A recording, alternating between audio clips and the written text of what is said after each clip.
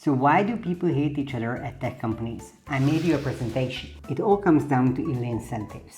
Let me explain. Let's start with marketing. Their job is to drive more leads to sales. So that means that they are already incentivized to make inflated promises about the product. Now that of course means that sales needs to deal with those inflated expectations. And they are trying to close deals. And because they are trying to close those deals, they are going to promise anything. And that leads us to customer service, who needs to retain a customer who's been lied to. Now that is a very uncomfortable situation.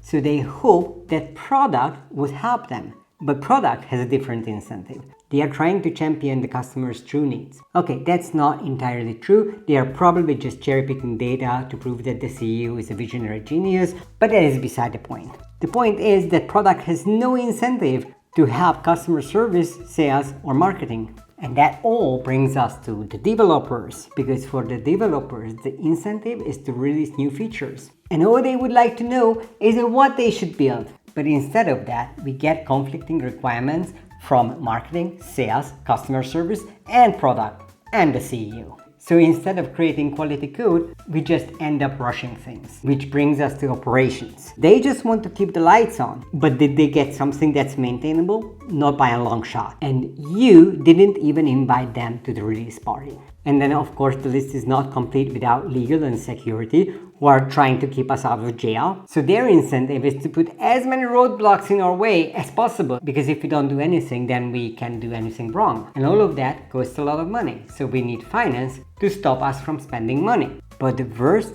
is the person overseeing that, the CEO, whose only goal is to deliver on a revolutionary mission. Okay, who am I kidding? He is there to increase shareholder value and to boost his own ego.